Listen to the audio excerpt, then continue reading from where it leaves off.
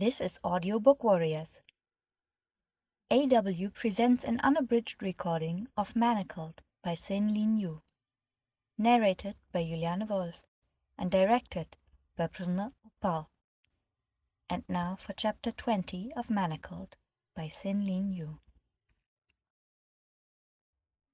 Draco, how are you here? Astoria gasped as soon as she regained consciousness. She reached over and touched her side gingerly as she shrank back in the chair. "I had to apparate across Europe because of you," he said in a low snarl. The rage in his voice was palpable. Hermione stared. Cross-continental apparation was almost impossible. It required either jumping so many times that a person exhausted their magic and had to stop, or such a tremendous amount of concentration that it was practically impossible to survive. Most people who jumped more than a few countries splinched themselves to death. If Malfoy had actually apparated so far, he should be nearly dead from magical exhaustion. In that case, it was no wonder the manor had shaken. The power and concentration to successfully perform such a jump tended to explode like a shock wave from a sonic boom. There was probably a room in the manor that had been reduced to splinters. That's completely impossible," Arya stuttered. "Underestimating your husband, Tori," he said in a calmly murderous tone. "Not very wifely of you." "Oh, are you here because of me?" Astoria snapped. "No, you aren't. You are here because of that mudblood. You hexed me. You threw me into a wall. You murdered Graham Montague, all because of that mudblood." "Yes, I did," Malfoy replied. "I did all of those things because she is the last member of the Order of the Phoenix, and that means she, unlike you, is important. Definitely more important than you. Considerably more important than Montague. Did you know that the Dark Lord has her brought before him regularly to inspect her memories? The eyes are rather useful when performing legilimency." Astoria paled, and Malfoy continued speaking in his cold, deadly voice. "I have tried to be patient with you, Astoria. I've been willing to overlook your indecent behavior and petty inferences, but do recall that aside being somewhat decorative, you are useless to me. If you ever go near her again, or speak to her, or use your status as lady of this manor to break through any of my wards, I will kill you, and I will do it slowly, perhaps over the course of an evening or two. That isn't a threat, it is a promise. Get out of my sight." Astoria gave a terrified sob and fled the room. Malfoy stood breathing deeply for several seconds before he turned back to Hermione. He approached her slowly, then knelt and tiled her face up to look at her eyes again. "The pupils are different sizes," he said after a moment. "After I've applied the essence of dittany, I'll send for a specialist to come and see if there's anything else to be done." Hermione stared at him. "You don't need my eyes to perform legilimency," Hermione said in a wooden voice. "It's just easier that way. It won't matter if I'm blind in one eye." She felt the fingers of her face flinch faintly and his jaw clenched. "I consider it a matter of convenience," he said after a beat. His thumb ghosted lightly across her cheekbone as he continued looking at her. She stared back at him. He looked haggard, but maybe it only seemed that way because of how her vision blurred. "How did you apparate from Romania?" she asked. He gave a tired smirk. "The ability came compliments of the Dark Lord, although I don't believe he had any idea at the time. It was intended as a punishment." Hermione furrowed her eyebrows. She had no idea what kind of punishment could possibly have the side effect of enabling cross-continental apparition. Some kind of horribly obscure dark magic. What kind of curse? "It wasn't a curse, it was a ritual, and not one I feel like discussing," he said abruptly. "How did you know I'd know the spells?" she asked after a minute when he kept studying her face.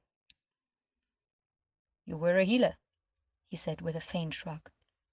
"If I'd apparated you to sunk Mungos, I assumed the pressure would have wrecked your eye, and time was essential." "Where did you learn to heal?" she asked, thinking back of all the spells and diagnostics he'd known immediately. He smirked faintly. "I was a general for years. I picked things up along the way. It was an obvious skill to develop." "Not to everyone," she said. She had tried on many occasions to teach the members of the Order more than basic emergency healing spells, but most of them had been reluctant to learn much beyond Episki. "Well, I was on the winning side. We obviously have made better strategic choices," he said in a cold voice, and he withdrew his hands. "It was an unusual diagnostic spell, you knew," Hermione said, ignoring his cruel comment. "It was a long war," he replied, still kneeling in front of her. Hermione looked down at her lap for a minute, then looked back up at him. There was a headache beginning to develop in her temples from her imbalanced vision. "You have a natural talent for healing. In another life, you could have been a healer," she said. "One of life's great ironies," he said, glancing away from her. She thought the corner of his mouth twitched faintly, but perhaps it was just a trick of her vision.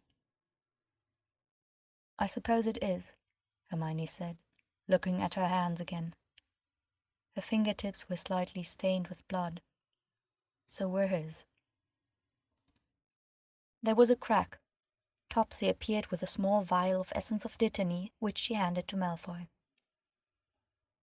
"Get the door repaired," Malfoy ordered the elf, barely glancing at it as he turned back to Hermione, pushing herself unsteadily to her feet. I should lay down, so it doesn't run," she said. Her balance felt off, and her hands and arms shook and wouldn't bear the weight. She sank back onto the floor and bit her lip in frustration. Maybe she'd just lie on the ground. A hand enclosed around her elbow and drew her to her feet. "I'm not leaning over you on the floor," Malfoy said in a cold voice as he pulled her across the room and then backed her onto the bed. "Lie down there." Hermione felt behind herself and slid onto the bed. She pushed the pillow to the side and lay down. Malfoy leaned over her, vial in hand. His face went in and out of focus every time she blinked. Dark, light, dark, light. "How many drops?" he asked. Hermione hesitated. Essence of dittany was expensive. When she'd been a healer, she'd had to ration it, carefully weigh the benefit against the cost. "A drop every 2 hours for the next several days is ideal. But 1 dose of 3 drops will do," she finally said. "Will do what?" he said. "I'll probably be able to make out outlines and detect color within a few feet," she said. Malfoy leaned forward and used his right hand to lightly hold her left eye open while he dripped one drop of the essence into her eye. It stung faintly, and Hermione immediately closed her eyes to refrain from blinking it away. The hand on her face vanished. "I'll be back in 2 hours, and I'll ensure Astoria stays away." She heard his receding footsteps as he walked away and raised her hand up to hold her left eye closed so she could watch him go. He stumbled slightly when he was near the door, as though he were unsteady on his feet. Hermione closed her eyes again and lay still, willing herself not to cry. "Don't cry, don't cry," she told herself. It would waste the dittany. Malfoy reappeared 2 hours later with a specialist, an elderly man dressed in lime green robes. The healer's expression was drawn, but he seemed determined to hide his discomfort. He barely glanced at Hermione. "Sclera punctures are quite a nasty business," the healer said in a wheezing voice as he conjured a chair beside the bed and looked back to Malfoy. "Not always much that can be done. Basic healing charms aren't much for preserving sight. We'll have to see what there's to work with. She was the one who told you which spells to use." Malfoy gave a short nod and leaned against the wall. The healer turned toward Hermione and cast an unfamiliar ocular diagnostic charm. Hermione stared at ribbons of color floating over her head, but didn't know how to read them. The healer was silent for several minutes as he manipulated the diagnostic. "This is quite exceptional repair work," the healer said in a tone of surprise after giving the ribbon a final prod with the tip of his wand and sending little sparks of light into it. The ribbons flickered and twisted in response. "What spell did you have him use?" the healer asked, finally looking down at Hermione's face. "Sclera sanintur," she said. His eyebrows jumped slightly. "You probably would have lost your sight if you'd gone with more common spells. Where did you learn this kind of healing?" he asked in an astonished voice. "Austria, France, Albania, and Denmark," Hermione said quietly. "I moved around. My specialty was healing the dark arts and casualty injuries." "Really?" The dismissive quality in the healer's behavior toward Hermione faded, and he studied her thoughtfully. "I applied to study in Albania back in '64. Couldn't get in. My wand work wasn't precise enough. Beautiful hospital. The old magics department was Europe's finest." "It was," Hermione said wistfully. "Pity how the terrorists destroyed it during the war," the healer said. "Then again," he eyed Hermione's clothing and wrists, and his lip curled faintly, "I suppose you were one of them." "Not one who ever attacked a hospital," Hermione said. It had been a favorite tactic of Voldemort's. Attack places that should have been neutral, and frame the resistance terrorists for it. It had helped ally the public with Voldemort, and driven the resistance further underground. Hermione remembered when they'd gotten word that the Albanian hospital had been blown up. There had been almost no survivors. All the healers who had mentored Hermione had died in the rubble. The resistance in Albania had disappeared soon after. The specialist continued to study the diagnostic reading over Hermione for several more minutes before he made it vanish with a flick of his wand. He cast a few charms that Hermione felt sink in, and it grew strangely cold feeling toward the front of her brain. Then the healer leaned forward and applied a drop of essence of dittany to her eye. "I think you may actually make a full recovery. Keep the lights low, and apply essence of dittany every 2 hours during the day, and an extra drop just before you go to sleep for the next 2 weeks. Do that, and I think there may end up being little to no long-term impairment in your vision." Hermione watched one-eyed as he stood and turned toward Malfoy, straightening his robes pompously. "I must say, quite an exceptional little healer you've got there. When you told me what happened, I was expecting she'd end up mostly blind in that eye. Senlinyu spells are quite obscure and injury-specific. It is remarkable that she had the presence of mind to distinguish that it would be appropriate for repairing that particular type of puncture." "Quite fortunate," Malfoy said in a bland tone. "Is there anything else you recommend? I'm under strict orders to keep her in good condition. I don't want anything overlooked." "Well, perhaps a cool compress. Essence of dittany works best in the eye when kept at a cool temperature. And, nourishing food, chicken broths and the like, to help the body heal. She probably knows." "Very well," Malfoy said, straightening and indicating toward the door of Hermione's room, which the house elves had repaired. The healer looked down at Hermione again. "Quite exceptional," he said again in a wondering voice. "Pity. Such a waste of talent." Malfoy said non-committally. "And you, sir? Quite remarkable you could perform the spells so well. Very impressive collaboration. You could be a healer yourself."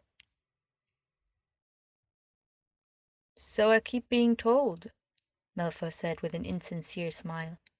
"Do you think St. Mungo's will still hire me after I murdered someone in their waiting room?" The healer blanched. "Well, what I mean is—" "If there's nothing else, I'll see you out." Malfoy cut him off and strode from the room.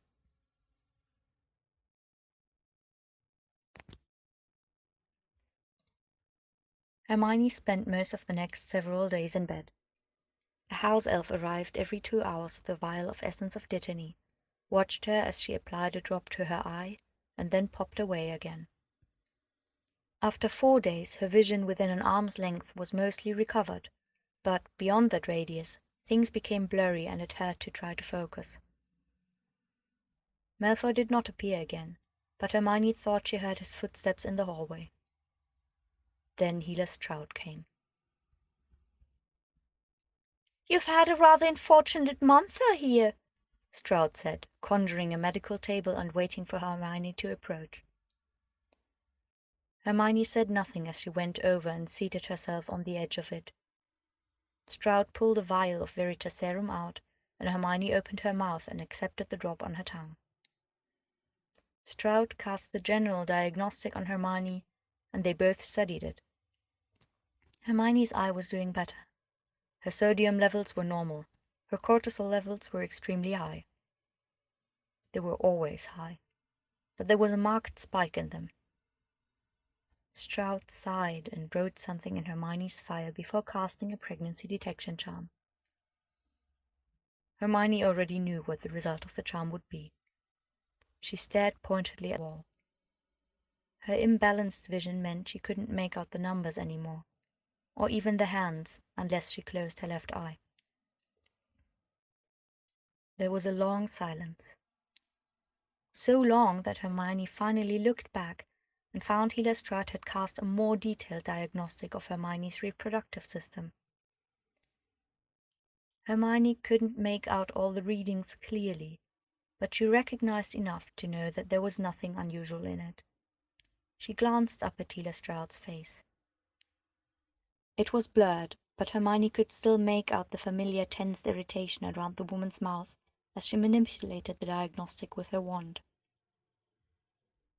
"You're still not pregnant," Stroud said flatly.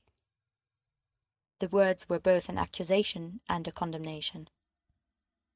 Hermione didn't flinch or even blink. Healer Stroud continued. "You're one of the only ones still not pregnant. And in the case of the others, it is because the sires have issues on their own." There was a pause. Lestrade seemed to be awaiting a defense. "Perhaps the High Reeve has issues too," Hermione finally said. "He does not. I examined him myself several times now. He is perfectly virile and fertile, exceptional even." Hermione fought against letting her mouth twitch with amusement at the thought of Malfoy being examined by Stroud. He must love that, she thought to herself. Outwardly, Hermione was silent. Lestrade sighed sharply. "How does he take you? Do you stay reclined after as instructed? Are you washing yourself afterward?" The questions were suspicious. Hermione felt her cheeks flush as she found herself compelled to answer the questions. "There's a clock there on the wall. I always wait for the allotted time before moving. I follow all the washing instructions. The portrait can verify it." Lestrade's eyes were narrowed. "And how does he take you?" Hermione stared intently at the blurry clock until her head began to throb. "On a table." "What?" Lestrade said sharply. He conjures a table in the middle of the room and has me lean over it." "He takes you from behind?" Hermione felt her cheeks and ears growing hot. "Yes. He's very clinical about it." "How many times a day?" "Once a day, for 5 days." There was a long silence. "Well," Lestrade finally said. Then she leaned over and tapped her wand twice on one of the manacles of Hermione's wrists. There was a flush of heat to it. A minute later there was a sharp rap on the door and Malfoy walked in, looking as cold as Hermione had ever seen him. She could just barely make out his face as he walked toward Lestrade. She closed her left eye in order to see more clearly. "You called," he said. "She is still not pregnant," Lestrade announced. Malfoy looked neither surprised nor disappointed by the announcement. "How unfortunate," he said coolly. "Indeed. It's beginning to become anomalous. There is nothing I can find to account for it." Hermione's eyes were narrowed as she stared at Malfoy. Hermione's curiosity was suddenly piqued. Did Lestrade suspect Malfoy was trying to avoid impregnating Hermione? Was he? Why would he? He should have been desperate to get her pregnant. If not for an heir, at least in the hopes that the compatible magic would finally corrode and break through the magic protecting Hermione's memories. "The Dark Lord may have reason for concern if she continues to be unfruitful. As you know, his desire for it is dual in nature." "Indeed, I am aware," Malfoy said coldly, a slightly dangerous edge to his voice. "Then you should have no objections if I make some recommendations as to how to increase your odds of success." "Anything in the service of the Dark Lord," Malfoy replied. "No more tables, then," said Stroud in a pointed tone. There was a flicker of something, possibly irritation, in Malfoy's eyes. "Fine." "And have her in a reclined position," Stroud added, "with less detachment." A sneer curled onto Malfoy's lips, but before he said anything, Stroud added, "Magical pregnancy is more complex than merely the biological process of fertilization. It can require a connection. Otherwise, we would be utilizing Muggle methods for this repopulation effort with far greater convenience for everyone." "Really? Do all the other pregnant breeders you have attribute their conditions to the connection they have with their sires?" Malfoy drawled. "She is exceptional in her magic, as are you," Stroud replied coolly. "According to some theories, such power causes the spark of life to require more persuasion. Unless there's some other explanation you can offer." She gave Malfoy a long look, which he returned coldly. Hermione was certain Stroud did suspect Malfoy of doing something to interfere. "Fine," Malfoy snapped after a moment. "Excellent," Stroud said, smugly. "After all, the Dark Lord is quite eager for access to be gained to those memories.